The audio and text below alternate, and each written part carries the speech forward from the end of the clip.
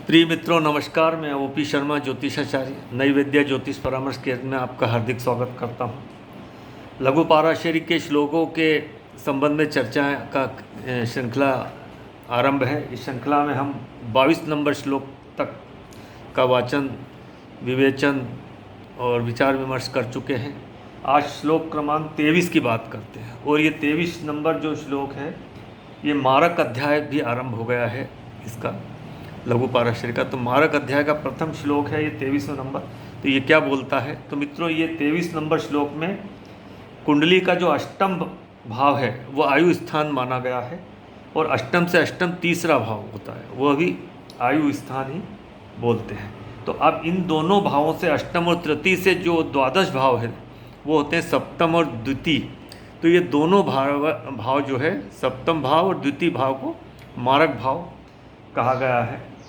तो क्या इसका पूर्ण आशय विस्तृत विवरण क्या है इसके बारे में हम बताते हैं, बोलते हैं वाचन कर। अष्टम आयु स्थान है वह अष्टम से अष्टम भी है।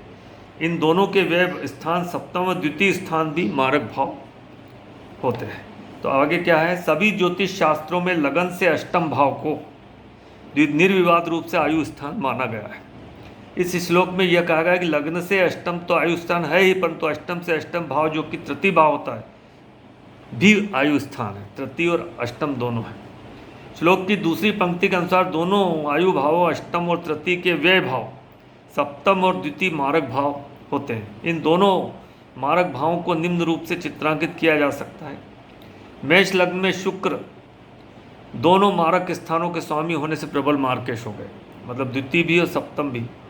तुला लग्न में मंगल दोनों मारक स्थानों के स्वामी होने से प्रबल मार्केश हो गए, द्वितीय भी और सप्तम भी। एक ज्योतिषी केवल आयु खंड की स्थूलता का ही अनुमान लगा सकता है। सभी ज्योतिषी एक तथ्य की अनुशंसा करते हैं कि फलादेश करने से पहले आयु खंड का स्थूल अनुमान लगाना चाहिए। जैसे यदि कुंडली में प्रबल बालारिष्ट हो तो विवाह, संतान आदि का फलादेश करना व्यर्थ। इसलिए कहते हैं कि सर्वप्रथम आयु को देखो, तत्पश्चात आयु अन्य शुभाशुभ योगों को। इस श्लोक में अष्टम भाव से अष्टम होने के कारण तृतीय भाव को भी आयु भाव माना गया, जो भावात भावन सिद्धांत पर आधारित है। भावात भावन वैदिक ज्योतिष का एक महत्वपूर्ण घटक है जिसका फलित में प्रयोग किया जाता है। भावात भावन का शाब्दिक अर्थ है भावात बराबर भाव से। भावाम भाव को पंचम भाव से पाँच भाव नवम है। भावात भावम का प्रयोग किसी भी भाव का सूक्ष्म फल जानने के लिए किया जाता है। उदाहरण के तौर पर लगन से पंचम कॉलेज की शिक्षा का भाव होता है, नवम भाव उच्च शिक्षा। परंतु पंचम में शिक्षा की कमी दिख रही है तो नवम में उच्च शिक्षा देखने की आवश्यकता नहीं है। अर्थात जो फल मूल भाव में मिल रहे हैं उसी के स्तर से में वृद्धि भावात भावम वाले भाव देखनी चाहिए। इसके अतिरिक्त भावेश यदि अपने भावात भावम भाव में बैठ जाए तो मूल भाव के कारकत्वों के गुणात्मक वृद्धि करता है। जैसे पंचमेश यदि नवम में बैठ जाए तो उसके गुणात्मक फल में वृद्धि, पंचम की वृद्धि हो जाती है। जैसे षष्ठे सप्तमे छठे एकादश भाव में स्थित तो जातक को छठे भाव के फलों में अधिक तीव्र वृद्धि होती है एवं बारंबार फल मिलने लगते हैं। अर्थात एक के बाद एक बीमारी आती है, एक ऋण खत्म होता है तो दूसरे शुरू हो जाता है।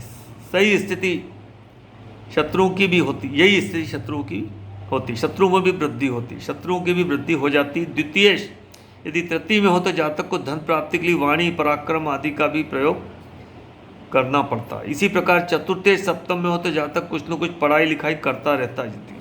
तो मित्रों 23वें नंबर श्लोक में यही वर्णन किया गया है। तो मित्रों वीडियो यदि अच्छा लगता है तो लाइक कीजिए, चैनल को सब्सक्राइब कीजिए, शेयर कीजिए। वीडियो पूरा देखा है इसलिए मैं आपको धन्यवाद देता हूँ। नमस्कार।